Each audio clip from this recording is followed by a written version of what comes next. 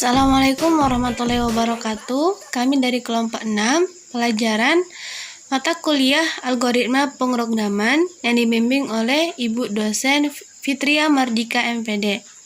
Nah, di sini kami akan menjelaskan mengenai dasar-dasar pemrograman algoritma dan aplikasinya dalam kehidupan. Sebelum masuk pada penjelasannya, kami akan memperkenalkan diri terlebih dahulu, dimulai dari saya Khairotunik Marangkuti, NIM 1914040015 sebagai pemateri pertama mengenai dasar-dasar algoritma pemrograman dan penjelasannya. Perkenalkan, saya Tasya Nabila, NIM 1914040024. Di sini saya sebagai pencari materi, membuat PPT, serta menjelaskan materi. Saya Cynthia Diviza, NIM 1914040013 sebagai pembuat dari program modular atau fungsi di dalam C++. Assalamualaikum warahmatullahi wabarakatuh. Perkenalkan, saya Nadi Ilmu Lubis, NIM 1914040018. Di sini saya sebagai editor video untuk kelompok 6. Nah, itulah perkenalan dari kelompok 6. Selanjutnya kita masuk ke penjelasan materi. Semoga bermanfaat dan selamat menyaksikan. Baik, Assalamualaikum warahmatullahi wabarakatuh.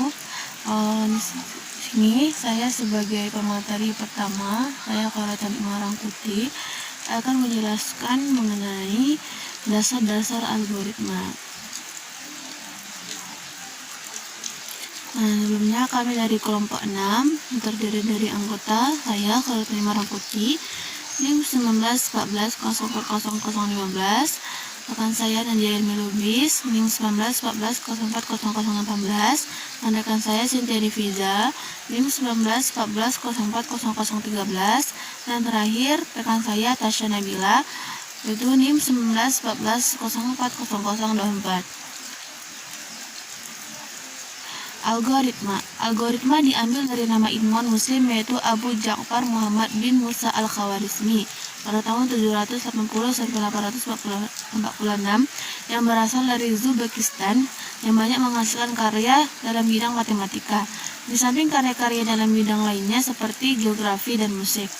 Al-Khawarizmi menyatakan bahwa algoritma adalah suatu metode khusus untuk menyelesaikan suatu persoalan.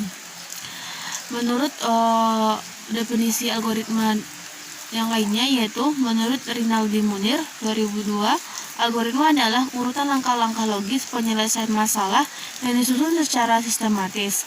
Menurut Kamus Besar Bahasa Indonesia pada tahun 1998, algoritma adalah urutan logis pengambilan keputusan untuk pemecahan masalah. Menurut Tim Gunadarma pada tahun 1988-nya, algoritma adalah suatu himpunan hingga dari instruksi-instruksi yang secara jelas memperinci langkah-langkah proses pelaksanaan dalam pemecahan suatu masalah tertentu atau suatu kelas masalah tertentu, dengan dituntut pula bahwa himpunan instruksi itu disebut dapat dilaksanakan secara mekanik. Contoh satu mengenai algoritma, yaitu algoritma dalam kehidupan sehari-hari, yaitu menulis surat. Cara menulis surat yaitu mempersiapkan kertas dan amplop, mempersiapkan alat tulis seperti pena atau pensil, mulai menulis, memasukkan kertas ke dalam amplop, pergi ke kantor pos untuk mengeposkan surat. Hubungan masalah, algoritma, dan hasil. Urutannya yaitu masalah, algoritma, terjemahkan ke dalam bahasa pemrograman, kemudian hasil atau solusi.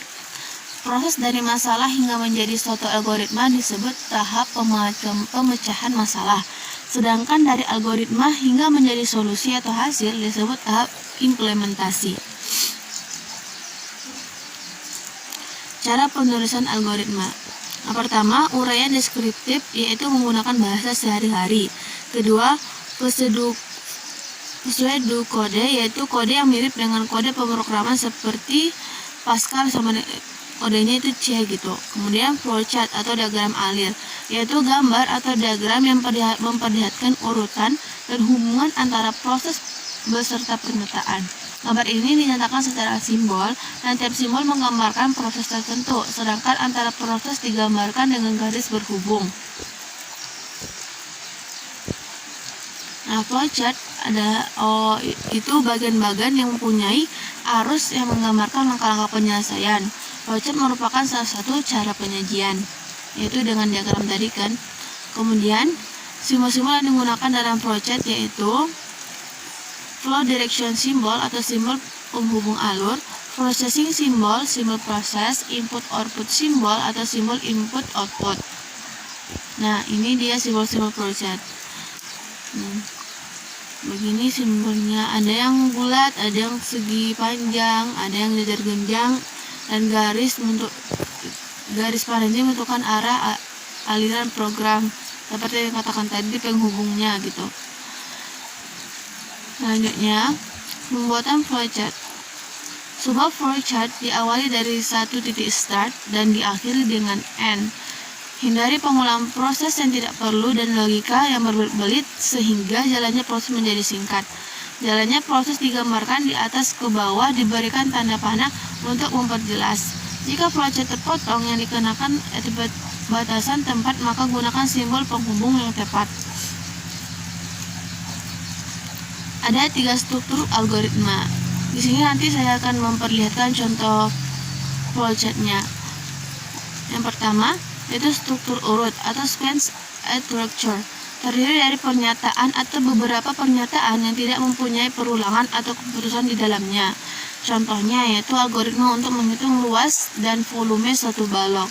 Rumus luas balok sama-sama kita ketahui, luas yaitu 2 kali panjang kali lebar tambah 2 kali panjang kali tinggi tambah 2 kali lebar kali tinggi. Luas volume balok yaitu volume sama dengan panjang kali lebar kali tinggi. Nah, algoritmanya dari soal tersebut atau contoh itu pertama masukkan panjang, masukkan lebar, masukkan tinggi, kemudian masukkan rumus luas, masukkan rumus volume, tampilkan luas, tampilkan volume. Nah, ini dia contoh flowchartnya. Kan tadi dikatakan tuh seperti diagram gambar-gambar. Ini simbol-simbolnya dimasukkan, disesuaikan dengan yang ini. Masukkan panjang, masukkan lebar, masukkan tinggi gitu. Nah, kita masukkan panjang, lebar, dan tinggi di kolom ini. Kemudian hitung luas dan volume ke bawah. Kan tadi urutannya harus dari atas ke bawah. Tampilkan luas dan volume dan selesai. Harus dimulai dengan start dan end, yaitu mulai dan selesai. Kemudian yang kedua, struktur keputusan atau decision structure.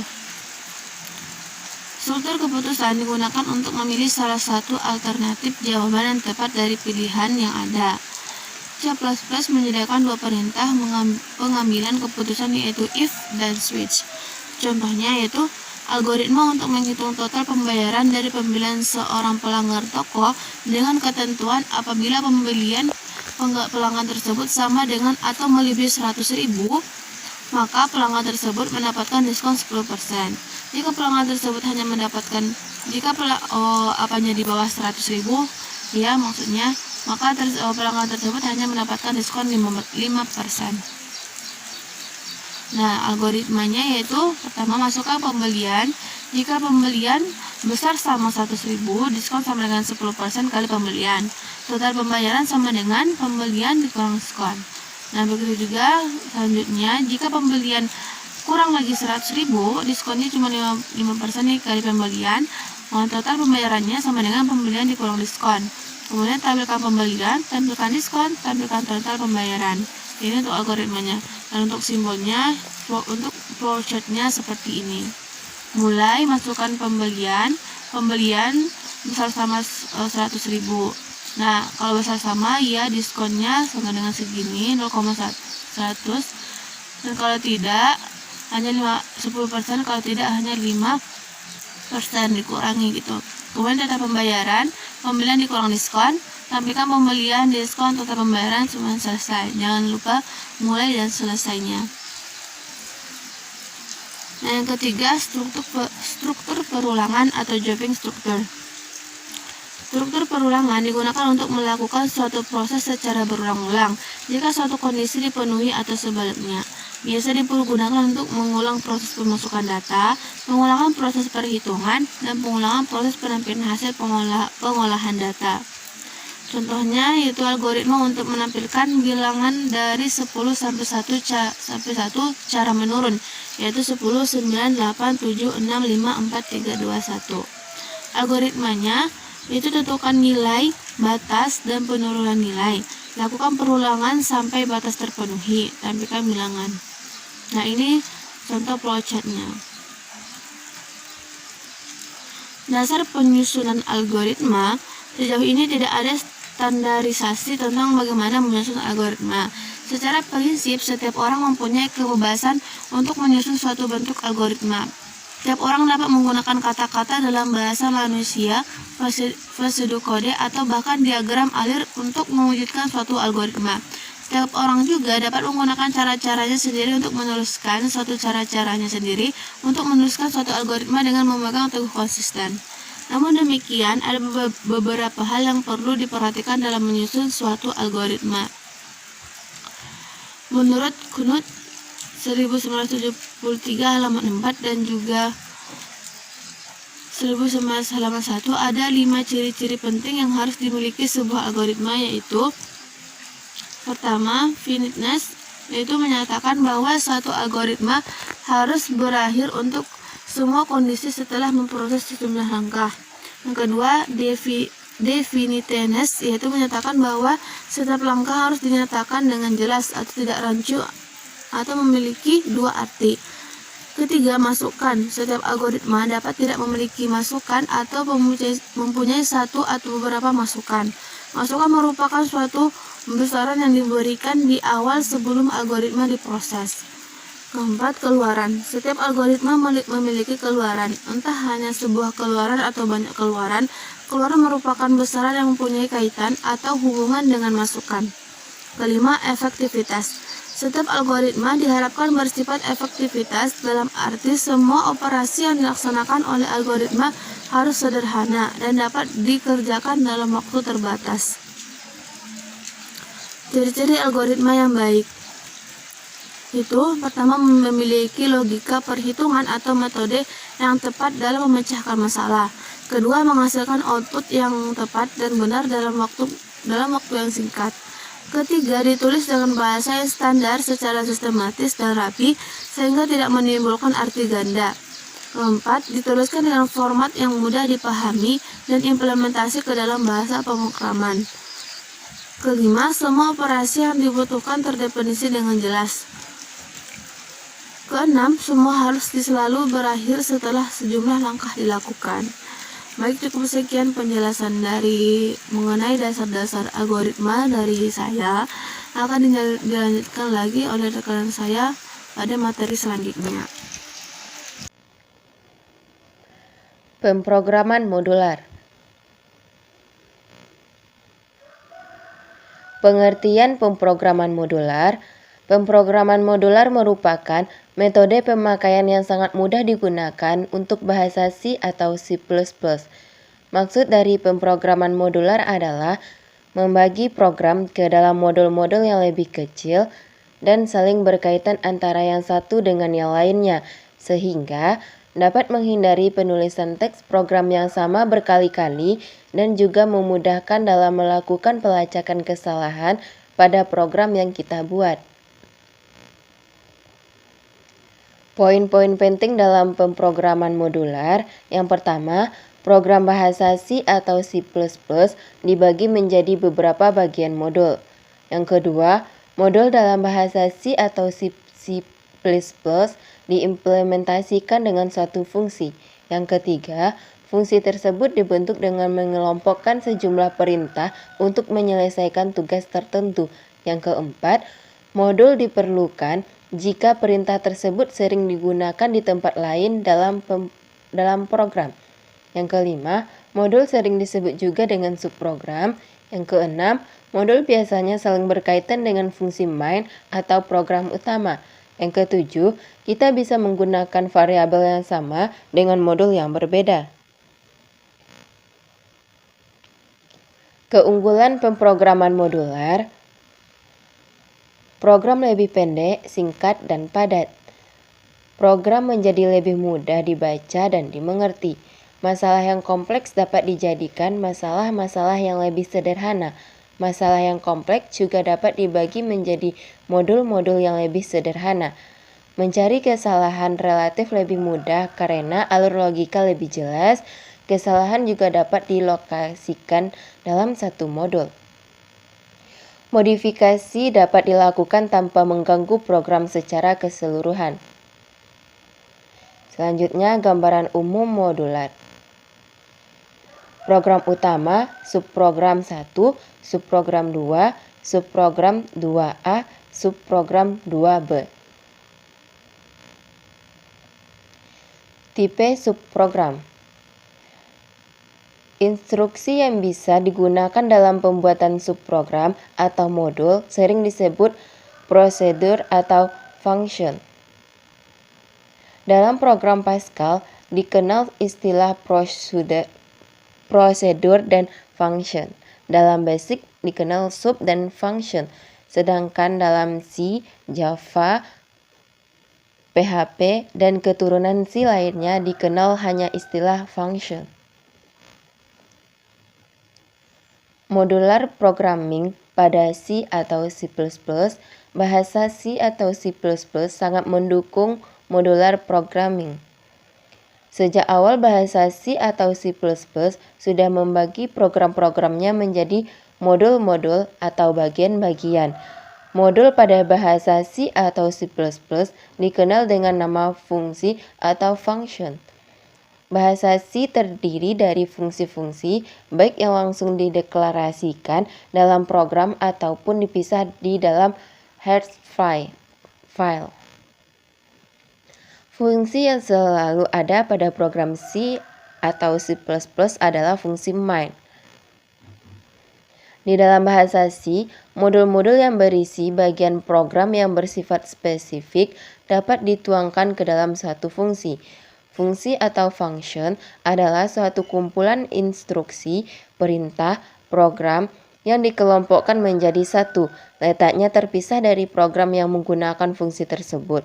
Memiliki nama tertentu yang unik dan digunakan untuk mengerjakan suatu tujuan tertentu. Keuntungan menggunakan fungsi: kode program menjadi lebih pendek, mudah dibaca dan dipahami. Dapat dikerjakan oleh beberapa orang dengan koordinasi yang mudah. Mudah untuk menemukan kesalahan karena alur logikanya jelas, sementara kesalahan dapat dilokasikan dalam satu modal tertentu. Modifikasi program dapat dilakukan pada suatu modal tertentu tanpa mengganggu program keseluruhan. Selanjutnya, keuntungan menggunakan fungsi. Fungsi-fungsi menjadikan program menjadi struktur yang jelas.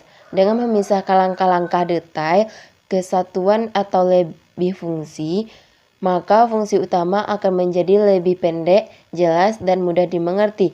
Hal ini seperti menunjukkan suatu struktur program yang baik. Fungsi-fungsi yang dapat digunakan untuk menghindari penulisan yang sama yang ditulis secara berulang-ulang. Langkah-langkah program yang sama dan sering digunakan berulang-ulang di dalam program dapat ditulis sekali saja secara terpisah dalam bentuk fungsi. Selanjutnya, bagian program yang membutuhkan langkah-langkah ini tidak perlu dituliskan lagi, tetapi cukup dengan memanggilnya. Sifat-sifat modul atau fungsi yang baik. Nilai fan-in tinggi, artinya semakin sering suatu modul dipanggil oleh pengguna, semakin tinggi nilai fan-in-nya. Nilai fan-out rendah, artinya semakin spesifik fungsi suatu modul, maka akan semakin rendah nilai fan-out-nya. Memiliki self-contained tinggi, artinya kemampuan untuk memenuhi kebutuhannya sendiri. Selanjutnya, perancangan fungsi. Yang perlu diperhatikan dalam membuat fungsi, data yang diperlukan sebagai input, informasi apa yang harus diberikan oleh fungsi pemanggilnya, algoritma apa yang harus digunakan untuk mengolah data sehingga menjadi informasi. Kategori fungsi dalam C++. Standar library function, yaitu fungsi-fungsi yang telah disediakan oleh C dalam file-file header atau library-nya. Misalnya clr get C. Untuk function ini, kita harus mendeklarasikan terlebih dahulu library yang akan digunakan, yaitu dengan menggunakan preprocessor directive. Misalnya hashtag include tanda kecil conio .h tanda besar.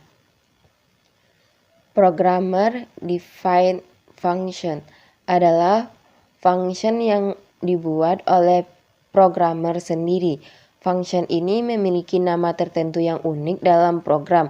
Letaknya terpisah dari program utama dan bisa dijadikan satu ke dalam satu library buatan programmer itu sendiri yang kemudian juga diinkludekan jika ingin menggunakan. Contoh fungsi hashtag include tanda kecil just stream hashtag .h tanda besar in hitung di dalam kurung in A, in B, tutup kurung, diakhiri dengan titik koma. Feynman in A, B, T, titik koma. A sama dengan 5, titik koma, B sama dengan 2, titik koma, T sama dengan 0, titik koma. T sama dengan hitung di dalam kurung A, B dan diakhiri dengan titik koma, count tanda kecil 2, T, titik koma. Bagian ini disebut main program atau program induk atau disebut juga fungsi induk atau function main oleh bahasa C++ diberi nama main. Dalam program induk ada instruksi yang memanggil function lain, baik fungsi yang kita buat sendiri maupun fungsi pustaka yang disediakan oleh C++. In hitung di dalam kurung in A, in B, tutup kurung. In T, titik koma. A sama dengan A kali 2 titik koma, B sama dengan B kali 2 titik koma, T sama dengan A tambah B titik koma, return T titik koma. Bagian ini membuat fungsi. Fungsi ini fungsi yang kita buat sendiri. Fungsi ini mempunyai nama hitung tipe in. Dalam contoh ini, fungsi hitung ditulis di bawah atau sesudah fungsi main. Sebuah fungsi dapat juga ditulis di atas atau sebelum fungsi main. Struktur fungsi. Deklarasi function atau function prototype atau declaration. Terdiri dari yang pertama judul fungsi, yang kedua tipe data yang akan dikembalikan atau void, yang ketiga tidak ada kode implementasi function tersebut. Selanjutnya bentuk umum, tipe,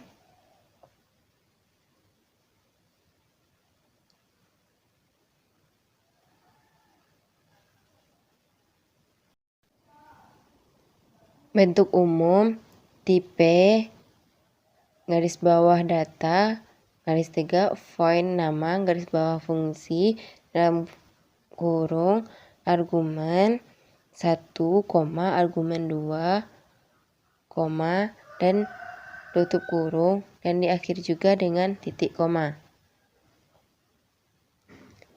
Hal-hal yang harus diperhatikan dalam pembuatan function prototipe. Deklarasi fungsi diakhiri dengan titik koma. Tipe garis bawah data dapat berupa segala tipe data yang dikenal C. Namun tipe data dapat juga tidak ada dan diganti dengan void, yang berarti fungsi tersebut tidak mengembalikan nilai apapun. Nama fungsi adalah nama yang unik. Argumen dapat ada atau tidak, atau opsional, digunakan untuk menerima parameter-parameter dalam fungsi. Antara argumen dipisahkan dengan tanda koma. Suatu fungsi perlu dideklarasikan sebelum digunakan. Deklarasi fungsi ditulis sebelum fungsi tersebut digunakan. Struktur fungsi. Tubuh function atau definisi function terdiri dari function prototipe yang disertai dengan kode implementasi dari function tersebut yang berisikan statement atau instruksi yang akan melakukan tugas sesuai dengan tujuan dibuatnya fungsi tersebut. Bentuk umum tipe garis bawah data garis miring void nama fungsi di dalam kurung argumen 1, argumen 2, titik berarti argumen selanjutnya, tutup kurung, garis 2, bagian ini merupakan tubuh fungsi. Variabel garis bawah lokal titik koma, statement garis bawah 1 titik koma, statement 2 titik, statement garis bawah 2 titik koma, statement garis bawah 3 titik koma. Return atau variabel. Return di dalam kurung variabel. Hal-hal yang harus diperhatikan dalam pembuatan function definition. Tubuh fungsi dapat berisi segala perintah yang dikenal oleh bahasa C. Pada dasarnya, pendefinisian tubuh fungsi adalah sama dengan pembuatan program seperti biasa. Return adalah keyword pengembalian nilai dari fungsi ke luar fungsi. Return adalah wajib jika fungsi tersebut mengembalikan nilai berupa tipe data tertentu, tetapi tidak wajib jika fungsi tersebut bersifat void. Contoh deklarasi dan definisi fungsi. Hashtag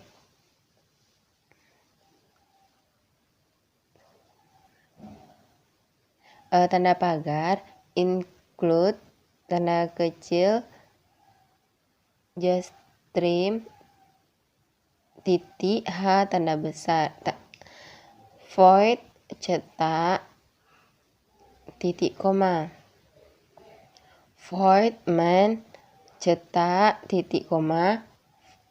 Ini merupakan fungsi cetak dideklarasikan lebih dahulu sebelum fungsi main. Perhatikan pakai tanda titik koma. Kalau tidak pakai titik koma dianggap mendefinisikan fungsi. Instruksi memanggil fungsi cetak. Void cetak. Tulisan ini disebut mendefinisikan fungsi. Count tanda kecil 2, tanda petik, belajar C++, tanda petik, diakhiri dengan titik koma.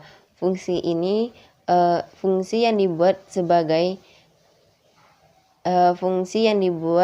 sendiri. Nama, cetak, tipe, void, artinya tanda tipe. Dalam fungsi ini adalah instruksi untuk mencetak kalimat belajar C++. Jenis fungsi dalam C++. Fungsi yang tidak mengembalikan nilai void. Ciri-ciri fungsi yang tidak mengembalikan nilai adalah fungsi yang void sering disebut juga prosedur. Disebut void karena fungsi tersebut tidak mengembalikan suatu nilai keluaran yang didapat dari hasil proses fungsi tersebut. Ciri, tidak ada keyword return, tidak adanya tipe data di dalam deklarasi fungsi menggunakan keyword void. Tidak dapat langsung ditampilkan hasilnya, tidak memiliki nilai kembalian fungsi. Fungsi yang mengembalikan nilai non-void. Ciri-ciri fungsi yang mengembalikan nilai adalah fungsi non-void disebut juga function. Disebut non-void karena mengembalikan nilai kembali yang berasal dari keluaran hasil proses fungsi tersebut. Ciri, ada keyword return, ada tipe data yang mengawali deklarasi fungsi, tidak ada keyword void. Memiliki nilai kembalian dapat dianalogikan sebagai suatu variabel yang memiliki tipe data tertentu sehingga dapat langsung ditampilkan hasilnya. Contoh fungsi void dan non-void. Yang pertama void. Void tampil garis bawah JML di dalam kurung in A, in B. In jumlah titik koma jumlah sama dengan A tambah B, count tanda kecil 2 jumlah titik koma. Yang selanjutnya yaitu contoh non-void. In jumlah in A, in B. In jumlah sama dengan A tambah B diakhiri dengan titik koma, return jumlah diakhiri dengan titik koma. Baiklah, kita masuk ke contoh pemrograman modular atau fungsi di dalam C++. Contoh di sini kita membuat program untuk menghitung luas dan keliling persegi panjang. Ya, yang pertama untuk mencari luas, keliling dan persegi panjang kita ketik include. Kita ketik yang pertamanya mulai dengan masukkan file header yaitu #include iostream.h. Lalu yang keduanya kita enter, kita ketik #include conio.h.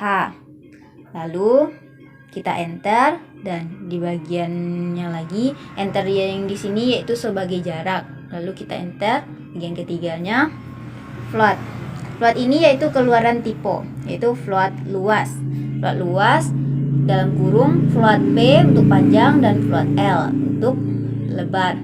Lalu kita buka kurung kurawal, kita enter, lalu return dalam kurung P kali L titik koma, dan yang enter lagi tutup kurung kurawalnya. Enter untuk sebagai jarak. Kita masuk ke float keliling untuk keluaran tipe dari kelilingnya, yaitu float P untuk float panjang dan float L untuk float lebar. Lalu kita buka kurung kurawal lagi, enter, return rumus dari kelilingnya yaitu dalam kurung 2 kali dalam kurung P tambah L. Jangan lupa akhirnya di titik koma. Lalu kita tutup lagi kurung kurawalnya, enter, dan masuk ke file main, yaitu program utama dalam kurung. Kita buka kurung kurawal, masuk ke float P, L, yaitu kita yang pertamanya enter, ketik code. Code di sini informasi untuk menginputkan panjang pertamanya. Code titik di atas, titik 2 di atas, inputkan panjang, titik 2 di atas, jangan lupa titik koma, cin atau variabel dari P atau panjang. Yang kedua, enter code untuk menampilkan input, untuk informasi inputkan lebar lagi. Code inputkan lebar, titik 2 di atas, dan titik koma, cin atau variabel dari L atau lebar. Jangan lupa titik koma.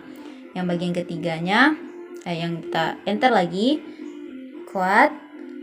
Ini untuk inputkan lagi, untuk outputkan lagi, untuk menampilkan output dari luas persegi panjang, titik 2 di atas, luas dari P, L, end line. Kita tutup dengan end line. Dan selanjutnya seperti tadi juga, code untuk menampilkan output dari keliling persegi panjang. Keliling dari P, L, dan end line, titik 2. Lalu kita ketik get ch, buka kurung tutup kurung, titik 2. Fungsian get ch ini agar tidak langsung hilang apa yang kita run nanti. Dan yang terakhir, tutup dengan kurung kurawal. Maka setelah kita run, ditampilkan inputkan panjang dan inputkan lebar. Kita misalkan panjangnya di sini dengan 6 dan lebarnya dengan 4. Dan selanjutnya kita enter. Setelah kita enter, maka ditampilkanlah secara langsung luas persegi panjangnya, yaitu 24 dari P kali L. 6 kali 4, 24. Dan dia tampilkan juga keliling persegi panjang, yaitu 2 dikali P tambah L, atau 2 dikali 6 tambah 4, yaitu 20.